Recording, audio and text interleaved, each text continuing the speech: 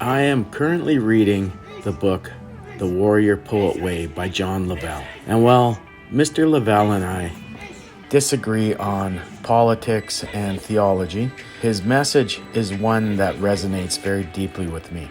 Mr. Lovell and men like Lee Morrison are spreading a message that resonates with many men today.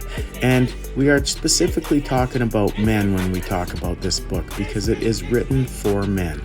It is written to men. And while that may not be popular in today's world, there is nothing wrong with this. And we need more people writing books about masculinity and celebrating masculinity for what it has done for society and what it does in the family when it is under control. John Lovell quotes Jordan Peterson with that famous line, "A harmless man is not a good man. A good man is a very, very dangerous man who has that under voluntary control." I loathe this quote, but see some value in it. The reason I hate this quote is because so many of the macho tap-out shirt-wearing crowd have used this quote as a battle cry to come around and have a macho circle jerk around, celebrating toxic frat boy behavior rather than getting into the deeper issues of violence and masculinity. The reason I like this quote is it simply states that a good man is a man with self-control.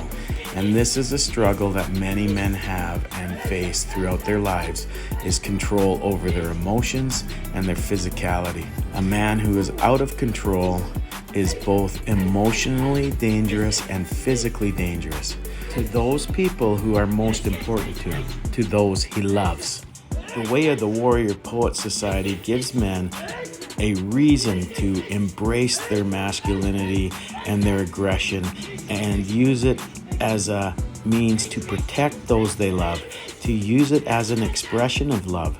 There is balance in this book because he also talks about empathy, self-control, being a loving husband. This is all important stuff, and this is something that we need to have balance as men. The book talks about embracing your inner warrior. Well, more than that, actually. Embracing warriorship as a way of life and hoping you never have to use it. Hoping that those skills are something that you can have and never use. But the expression of those skills, the training of those skills are good for us. They empower us. They make us better. They also release a lot of the stress that we hold every day. And one thing that he talked about was creating discomfort in your life, pushing yourself, being physical, doing strength training, doing martial arts, training for combatives. These things, these very rare things that most people do not do are so rewarding. And let me tell you, when he started talking about the strength training side of things, it inspired me to push past the pain that I feel and get back into doing some body weight exercises and working on my own physical strength, because I can do martial arts all day long because I love it so much. But because of my injuries, the recovery from doing strength training is quite painful.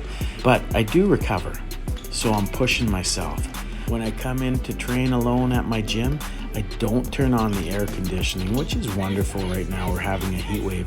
I leave it off and I sweat it out. I'm pushing myself more because of the words that John Lovell shared in his book. This is important to me. I believe this is important to train to be a warrior. In my life, I have many people that I love.